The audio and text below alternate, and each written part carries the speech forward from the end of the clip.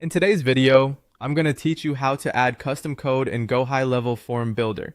We'll be working directly inside the form builder, and the goal is to insert custom HTML, styling, or script code into a form by using the built-in HTML element.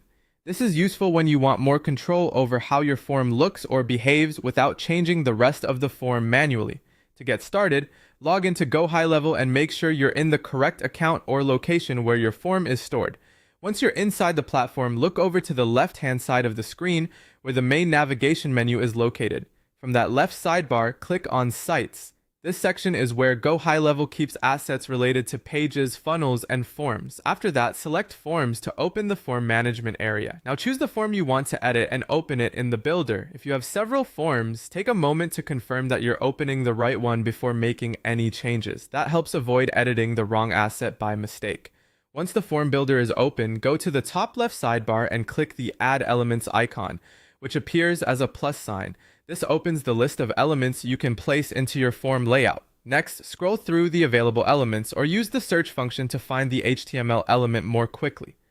The HTML element is the one you'll use anytime you want to insert custom code into the form. When you find it, drag and drop the HTML element directly onto your form canvas. Place it in the section where you want the custom code to appear or take effect. Position matters, especially if the code is meant to display visible content inside the form. After dropping it into the layout, click on the newly added placeholder block.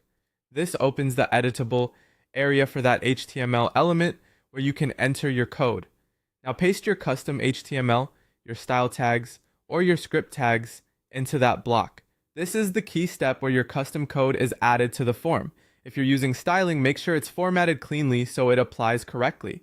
If you're using scripts, double check the code before saving, since even a small error can affect how the form loads or behaves. And that's it. Once your code is in place, review the form carefully to make sure everything appears and functions as expected. It's always a good idea to preview your changes after adding custom code so you can catch layout issues or conflicts right away.